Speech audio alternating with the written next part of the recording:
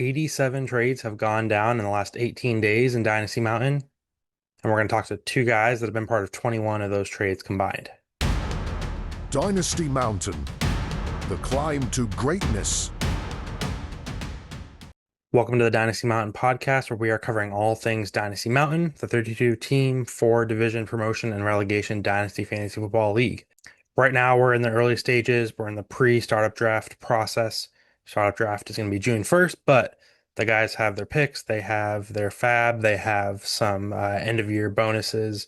They have fab refreshes that they are able to use to make trades, and plenty of them have been taking advantage of that and making a lot of moves. We're going to be talking to two guys that are in the Summit, our highest division level today, and both these guys have made a lot of trades, and so we're going to talk to them and kind of get their take on how things have gone so far and the kind of chaos that has happened uh, with all the trades that have been going down, especially with their teams both competing in the same division. All right, so we are here with Jeremy and TJ. Jeremy is the owner of Blood, Sweat, and Beers, and TJ has the Miniman Mayhem. Both guys are in the summit, and like I mentioned, they've both done a lot of trading so far in these first. Really, it's been like 2.5 weeks since everyone got their picks and we could start trading. And you guys have been a part of, I did the math, you guys have been a part of just about 25% of all the trades that have happened. You guys combined have been about part of 25%. And I think there's only one you guys have done together. So Yeah, a lot it was of a big one, but I think it's only been one. yeah. So lots of trades happening, but why don't we do just kind of a quick intro, just kind of give a quick background on yourself and kind of more so maybe your dynasty and fantasy experience. Jeremy, if you want to kick it off for us. Yeah, I mean, I've been like probably everybody in the league been playing fantasy for 100 years now. I run two leagues. One's a dynasty league. One's a keeper league. The keeper league, we didn't just do it like you keep your top three. We have different tags and stuff like that. Like at first, I won't get into all that, but like I said, different tags just to keep it interesting. You don't pull the top 36 players off the board. The dynasty league, we're in our 6th year, I think it is. I've taken first, second, and third throughout the years. I've been in the playoffs every year. I've got a lucky trade early with one of the owners that worked out really well in my favor. Um, but again, I've been doing Dynasty for a while, nothing with 32 teams or anything like that. So this is definitely going to be a little bit different with having that many teams and loans and all that kind of stuff. But like I said, I've been doing fantasy for a while, just like probably everybody else in this league. Yeah. Yeah, TJ, what's your why don't you give us a quick background on Yep, your fantasy and dynasty experience? for sure. So I've been doing fantasy now for probably like, I don't know, 16 years or so, I would say roughly. I've been getting more and more into it. Last year, I think I did 8 different leagues. I was in like 2 keeper leagues, one league that has like half the rosters all defensive players, and I'm just trying to find different unique leagues to join and ranging from $50 buy-in to 250. Like I don't, it's just something that I like to do. It's a lot of fun. Um, this is the first one that's with 32 teams, but I mean, I've done playoff league only where you're drafting a team every single week. I don't know. It's just like I like to do a lot of these fun type of things. I'm really interested in the relegation and promotion and see how that plays out over time. Nice. Yeah, no, I definitely try to add a lot of funky things into this league and make it unique. So yeah, glad that you guys can both be on. You guys are both Massachusetts guys as well as myself, so that's kind of cool. You guys are also both in the Summit, and so for if anyone's listening that is not part of the league and doesn't know yet, we have 4 different divisions. There's the Summit at the top, Ascension 1, Ascension 2, and the Valley. And so the differences between them all is the payout. There's $1,600 in payouts that's coming total for the league.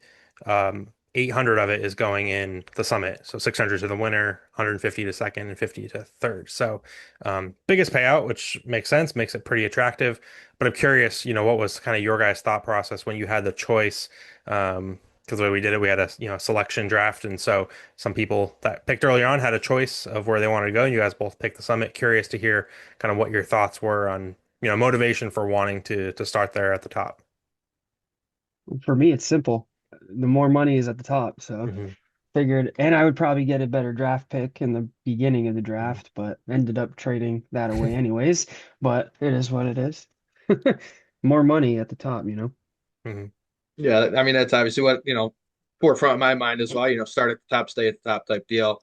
I went back and forth. Like we did a bunch of mock drafts in the preseason before we even had our slots, and I bounced around. I did near the end, beginning, middle, I kind of just to kind of see where my roster would shake out, and like I said, I felt the middle was a little bit better. It was a more well-rounded team, but I knew I was planning on making trades. I didn't know I was going to make be a part of at least 25% with TJ. I wasn't expecting that many, but Yep. it's a super active league, which is fantastic. I enjoy making trades in all my other leagues as well. But like I said, there's nothing close to as active as this league. But kind of like TJ said, being up near the top, you're going to get upper echelon player.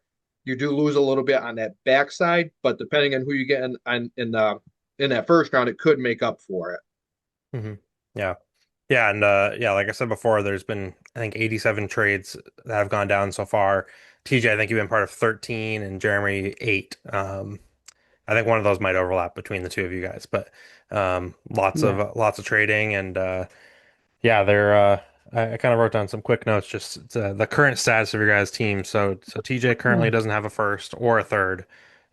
He's got one second, he's got three fourths, and then he has nine fifths. And that's it. That's his draft. So he's going to be picking at least as it stands right now. There's still a lot of time to go, and there's gonna be all kinds of stuff I'm sure that can happen. But as it stands right now, he's gonna have all his picks done before the start of the sixth round, and you still got $24 a fab that you can kind of work with. And Jeremy's got two first, a second, three thirds, nothing in the fourth or fifth, and then you got some other mid to late picks. So you got pretty top if you're gonna have six picks done by the end of the third round, at least as again as it stands right now. So you guys have both kind of gone more all in. There's been some people that have been trying to collect the fab as well as like the end of year bonuses and fab refresh, and they've been kind of trading down a little bit more. You guys have both been doing a lot of kind of trading up and trying to get those first 5 round picks. What's been kind of your mindset going into this of you don't have to reveal your whole strategy, but like what has kind of been your thought process and what's guided your trades so far? I mean, I don't think it's the secret my mindset with when it comes to fab or anything like that. I don't I traded away my refresh for 27, 28, and 29 at this point. The way I'm kind of looking at it, I'll give my strategy away. That's fine. Everyone's kind of set with what they're doing, and everyone thinks their way is the right way. My way might not be, but the way I look at it is you're going to have 416 players off the board by the end of the draft. I don't think that the fab that I have rolling into this season, I don't believe that the 418th player is going to make a difference on my team. If I'm depending on that player to win games, I've lost already, is kind of the way I look at it. Um, Granted, where it could end up burning me longer term is when it comes to like the rookies and everything like that. But I find that there's like you have your select few that have the majority of the fab, and I think it's going to turn into a bidding war between those guys and the guys that are kind of the middle of the road with having kind of trying to stay balanced. The way I kind of see it is if you have like mid round picks and kind of just a little bit of fab, you're kind of in that middle ground. You could be a good team, you might not be. You're not really. It's more of a conservative way to go with it as opposed to me. Like I said, I've got what you say 6 picks in the first 3 rounds, Mhm. so I'd rather load up on my team on the front end, and then like I said, if I make some trades at that point, who knows? Maybe I hit on somebody with my 6th round pick that I can flip for some fab or something that doesn't necessarily hit my starting lineup.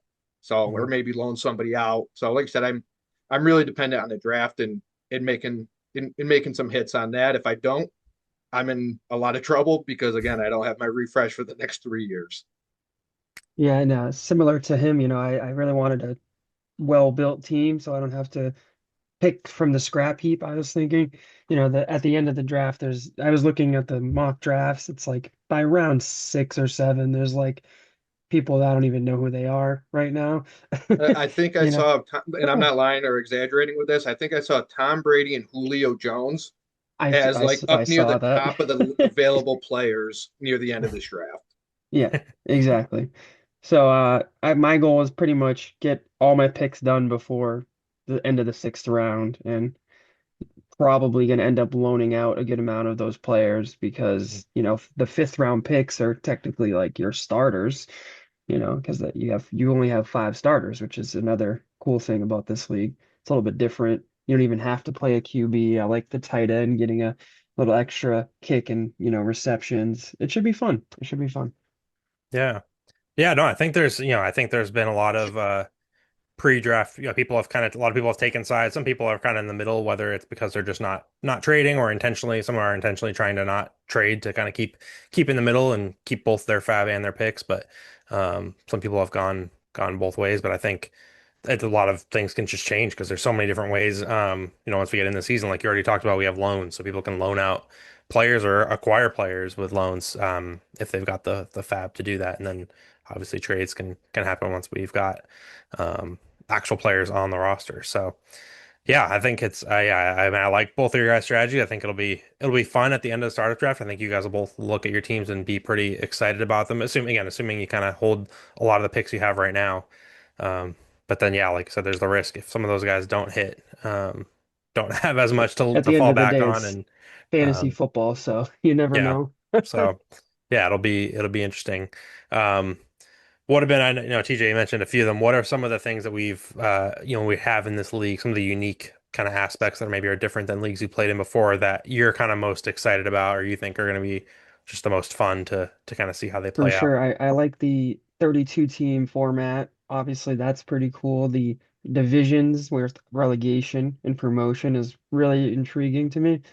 I'm getting into like the sport, like the soccer, European soccer, and they do that. And my friend is really big into it. I'm getting into it more and more, and now it's kind of I like the idea. So now this is something that, is pretty cool. And then the loans is I think is going to be great. It's going to be hectic for you to track, I'm sure.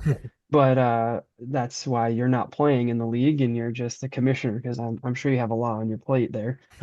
Yeah, I kind of feel the same as TJ. He's kind of hit on all the unique parts of it. The I'll be honest with you, rolling into it, the only thing I was really hesitant on wasn't the 32 teams or anything like that. It's the loans. I've never Mhm, been in a league with loans, so Yeah. it's more my hesitation is more on the fact that I don't know than necessarily I mhm, being against it. I think I'll end up loaning out more than trying to bring in because I don't have any fab or refreshers or anything like that.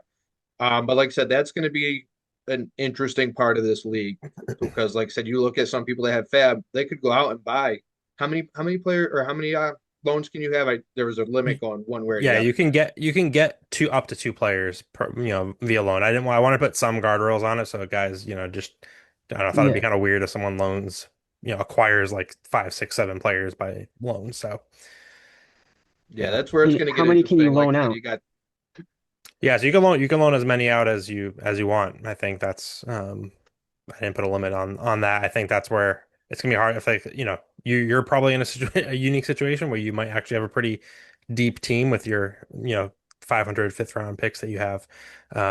But I think for most people like looking at it because we also have a $20 fab minimum on those loans. So a lot of like the lower end players like there aren't going to be those like cheap like $5 loans. It has to be a commitment of at least the $20 fab. So I think that just kind of limits how many players on a roster are actually even worth loaning. Like so, that kind of limits it a little bit too. So it's not too that's nuts. what could help balance it out for a team For like sure. mine and someone that loaded up on fab. Like they could, like I said, they could go and spend a good amount of their fab between two players, and now, all right, they had a couple mid-round picks, or maybe they didn't make any trades, and now they still got some fab. They can go out and buy or loan those two players, and that Hmm. could really turn some teams around. So like Yeah. that's where it's going to get really interesting. Yeah. Yeah, I think with the fab, like I think there's probably I've kind of thought it, and I'm sure other people are kind of assuming like some of those guys are collecting a lot of fab because they want some of the good rookies in this next rookie class, and I'm sure that's a big part of it. But again, there's just a lot of buying power between because there's no limit on how many trades you can make either. So yes, they might get some players by loan, but they can also make some pretty big moves if all of a sudden there's a team that's just kind of falling apart and they're not going to be a contender anymore. You can go and offer them a bunch of fab for their best player and get some of those. So then who knows what teams will do, how they'll use that fab in season, and That could be um, me if I swing and miss at the draft. I might be loaning out my team to yeah, collect fab. yeah, You don't know. Someone's injured. You never really know what could happen. It's mhm, fantasy football at the end of the day. yeah. Yeah, I think that's one of the things that I'm kind of most interested to see is just how it works with a small team. I've heard of 32 team leagues where they do like duplicate players. And so there's like two every player in the league to make it a little bit. What we did instead is we Interesting. just made smaller rosters. So you only start five players, and you only got five on your bench. Um, and then you've got some taxi squad and IR spots. But I think it'll be teams will be pretty thin, and yeah, just an injury or two might really decimate some teams early on, and then you have to see what they do. Do they try to go all in and try to make some moves with some loans and trades, or do they just say, hey, that's kind of it. I'm done for this year. Two or three injuries are kind of gonna crush me. So. Um, yeah, it'll be interesting. And I think the other thing that we were talking about this a little bit right before the podcast, but we're doing kick return and punt return yards, which kind of adds another Yes. layer to Yeah. it. Um, which I think for the most, like there will be a few guys that are receivers or running backs that do get some receiving and running back work that also do kick returns and punt returns. But I think what it's going to do is it's going to add, I don't know, 10, 15, 20 guys that don't really do much as a receiver or running back, but now do a little bit in the kick return, punt return game and might be worth at least a pickup, if not maybe throwing them in their flex on certain weeks. Yep. I think that Would we adds. be able to draft like Marcus Jones, like a cornerback, and put him in just to see if he's punt return does anything? Yeah. Good point. Yeah, I'm not sure how it works on Sleeper. I think my guess is they probably have to be one of the positions that we have. Yeah, Yeah, it's a good just because question. well through what we with all the mocks that we did, there's no defensive players or anything like that. So Yeah, I figure that's going to be what the draft pool looks Makes like sense. on draft day. yeah, Yeah. yeah. What do you guys think? If you can kind of predict like a year ahead from now when we finished our first season and maybe we've even kind of done our first, rookie draft. What do you think is going to kind of separate some of the teams between now and then for who's going to be kind of looking at like either a contender, they've kind of built a strong dynasty versus some of the teams that might be struggling, and what are the moves or what are the things that are going to be kind of happening throughout the next, 365 days that might determine that? Kind of like I said earlier, I feel I because so many teams have swung one way or the other, whether they went all fab or all picks. I feel like that's what you're going to see that at the end of the year. You're going to see the teams and maybe I'm just wishful thinking because I went all picks, but like I said, at the end of the year, I'm hoping I've got six players on my team that are viable because I'm not going to be able to participate in the rookie draft or anything like that. So I'm rolling with what I've got. So I think if I have a good draft, I'm going to be a contender for the foreseeable future. I don't need to worry about bidding against anybody with for rookies or anything like that.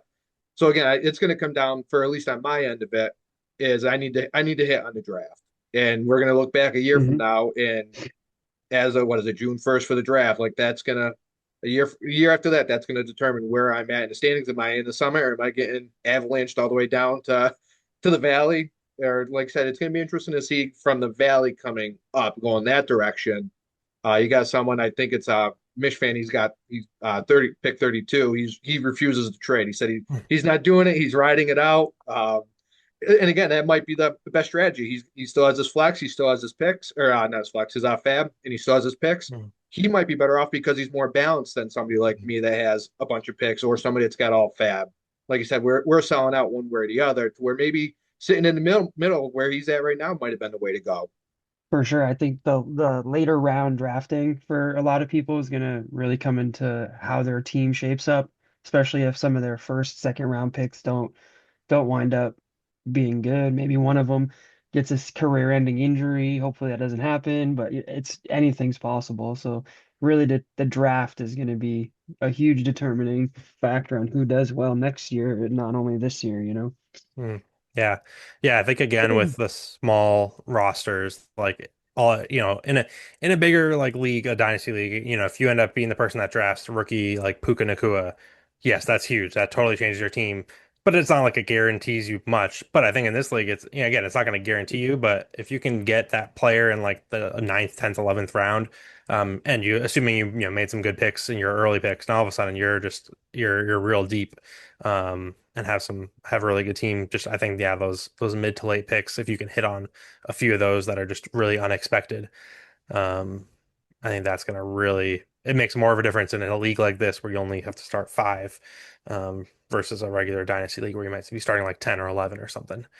Yeah, that was Um, one of the reasons why I For sure. pushed to get up in the draft. Actually, like I said, you could hit in the middle rounds, but it's for every puka that you have, you've got 50 players that aren't going to be puka or anywhere close to it. So, like I said, trying to hit on it, if you are able to hit on it, you're golden. You're going to be okay. If you're not and you traded picks, then you're playing catch up. mhm. Yeah. The tough thing too, the draft is before training camp. So that Mhm. makes it, who knows what happens during training camp where you may draft three players that don't even actually touch the field, especially with those later round picks. They could just Mhm. be gone. They could be out of the league, but by the time the season starts. Yeah. That's gonna make it real tough. So I try not to avoid that. Hopefully I can, but I'm in the top 5 rounds for a Mhm. reason. I don't want to deal with, those players. Yeah. Yeah, I think the other thing that'll be interesting, I think in a lot of dynasty leagues, at least the ones that I'm in, the waiver wire isn't like super active. And I think in this one, like it still won't be like super strong, but when you have 32 teams, like I think we made it against small enough rosters that there will be some, decent players, and especially once the season starts and we see actually who's playing and who's not. Um, but it'll be really For interesting sure. to see some of those waiver claims that come in, and you've got, 19, 20, 30 teams bidding on a player that comes out of nowhere, on the waiver wire, and seeing who gets them and how much fab those waiver wire guys end up going for, Yeah, that's where that's going mid-season. to get interesting with the guys Yeah, that didn't trade for the picks but went with Fab. They're going to be able to get Hmm. those surprise players that are sitting on the wire. And like I said, that's where it's going to get interesting, as you said, how much Fab are they going to spend on it, especially with it being blind. I mean, you guys, some teams that are loaded with Fab, how much are they willing, especially early in the year where you don't really know how much players are going to go for it. Hmm. So it's Yeah. kind of like the trade to start the year. Like really, and I mean, I guess we could say it, we're all kind of guessing on what the value of Mhm. Fab is and what the value of for a sure. third round pick is right now. And like I said, that's to me, that's part of the fun. Like, yeah, Mhm. I think I've got a great strategy. I thought it through a lot. Is it the right one? I don't know. I think it is. But if you talk to somebody that loads up on Fab, they're going to tell you that that's the best strategy, and maybe it is. Mhm. Yeah, everyone plays it different. But I think Yeah. that's why this league is so active. You find people that, like I said, it's usually you're trading picks for Fab, that especially at this point. Hmm. At this point, and I mean, because we had what you say, 85 trades at this point already. Yeah.